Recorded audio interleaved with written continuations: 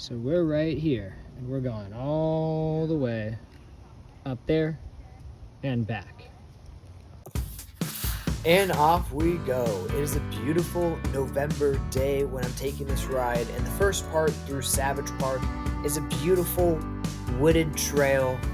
It's paved, and with all the leaves down, it can be a little bit slippery, so be careful, but it's a great little trail with some ups and downs, but also some flat spots too. This trail is also part of a yearly 7K that I've been running, and been doing pretty good too.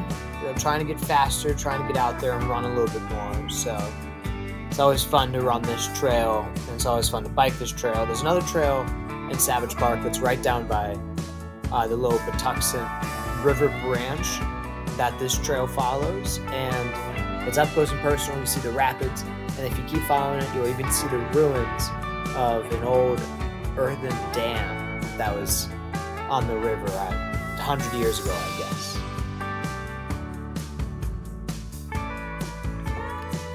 Now we're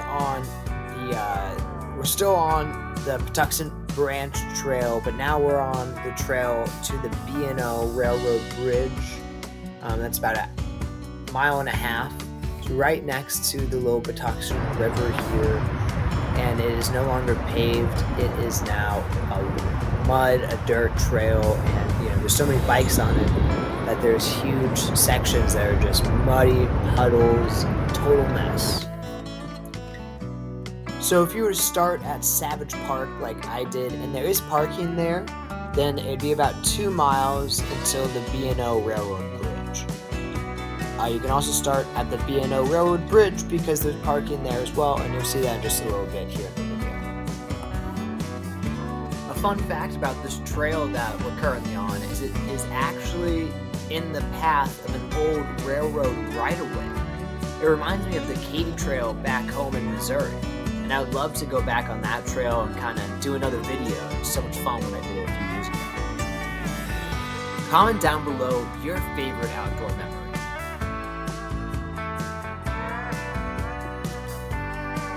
So the B&O Railroad Bridge is a great little landmark for that, and it's also super cool to know a little bit of the history of the area. But once you get past the bridge, it opens up into some different habitats.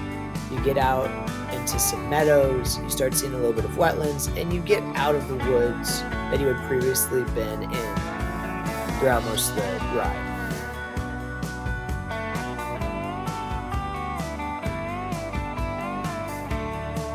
There's a number of overpasses that you pass underneath of on this trail, so those could be good points to turn around. After you get past the bridge, though, you kind of have a long way until you get to Lake Elkhorn, which seems like the most logical next major checkpoint. And in between there's some big hills as well. So it's a distance, and it's a little bit more difficult. It's probably the most difficult part of the entire trail because of the elevation gain. So you have to really make decisions about whether you want to continue forward at this point or head back. I'm really lucky to live in an area that has such well-maintained and connected trails, but I know that not everyone is. No matter what, though, you can still get outside, you can take a walk around your block, you can go to a local park, you can find some way to get exercise, to connect with nature, and just enjoy the outdoors like everyone is entitled to do. While I've been on the scenic Patuxent Branch Trail many times now, this is actually my first time going from Savage Park all the way to Lake Elkhorn. That's a distance of about 11 and a half miles. That's a pretty good way.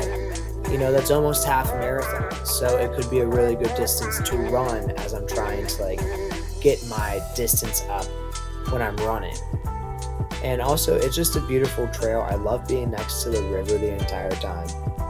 And I was riding it again today, a few days after this, and it's it just seems so vital. There's always people on it, and to have this car-free path, this zone for people to still walk through the community is really awesome. I think there should be more of that all over.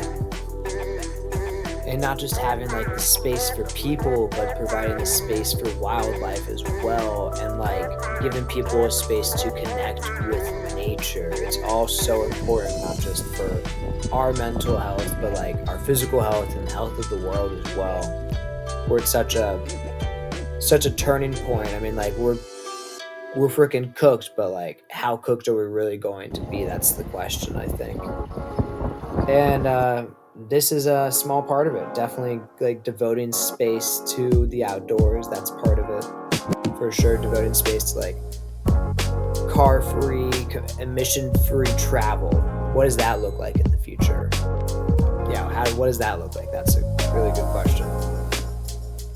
Once you get to Lake Elkhorn, like there's so many more people. It's like a very popular community walking path, and obviously it's not a natural lake, but I really think it's interesting how like these reservoirs, these small dams that we have, will mimic to some extent like the ponds of the beavers. So like we take the beaver out of the landscape, but like the benefits of these pond systems are so great that we then replicate them, and like then the beavers move back in. There's this whole population of beavers based out of Lake Elkhorn.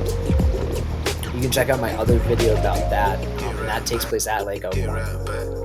It's like a short history of the beaver, so check that one out, yeah.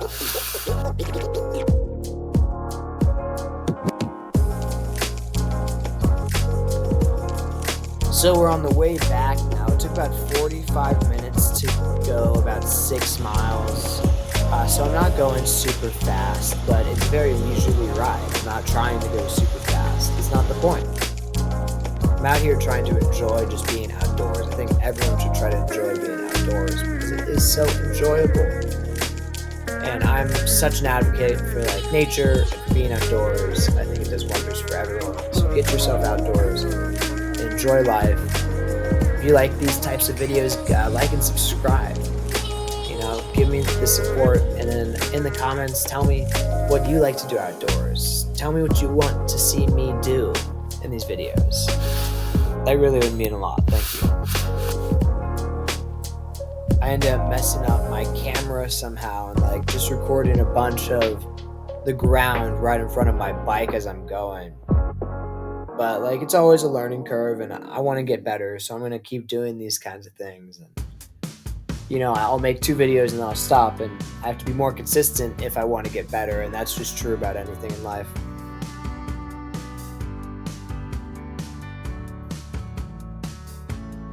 Another option you can do is you can start at Lake Elkhorn, and then you can bike out until you get to Savage Park, kind of go the opposite way, or you can stop at the bridge, or you can stop at where the trail meets up with Volmerhausen Road, I believe.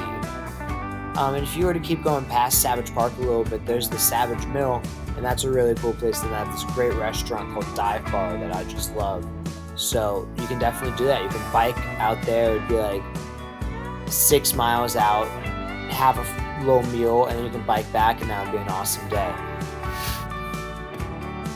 Here's another shot of the B&O Railroad Bridge. It's from a railroad that went through this very trail. It was decommissioned, I believe, in like the 60s, but it was here for a good 60 years, and it shaped the history of the area. That's just why these paths are so important, because they connect you with nature, they allow you to get some exercise, and they allow you to learn about the history and the heritage of your local area. And all of that's pretty cool, pretty swag if you ask me. I don't think it matters who you are. I think it's just like a human desire to live in a place that you enjoy, to have connections to the world around you and to the people. And like getting outdoors, it allows you to do that. Say hi to people on the trail. In fact, as I was finishing up this bike ride, I was exhausted and tired, and this old man was getting out of his car in the parking lot, and he walks up to me and he says, "How far did you bike?" I told him I biked all the way to Lake Elkhorn. He says, "Wow, that's a pretty far distance. But you want to know a good place to see?" And he gave me the spot of this bridge that goes over the Patuxent River.